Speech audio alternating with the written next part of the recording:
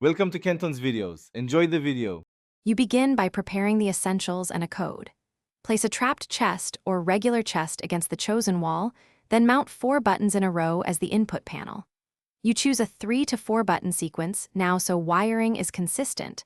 Once set, you won't change positions. Run a short redstone line behind the wall from each button toward the chest area, leaving space for repeaters to create pulse timing. This gets you promptly into building the actual lock mechanism. Once done, wire each button into a simple logic gate assembly that only completes when the correct combination is pressed.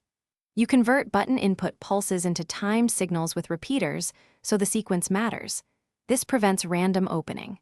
Use redstone torches and dust to form basic and /RS latch behavior that holds an open state briefly. Make sure the final output drives a piston door or a block that covers the chest. This converts your code into physical access control for the vault. To finish, test your new vault with the chosen code multiple times because timing tweaks are common.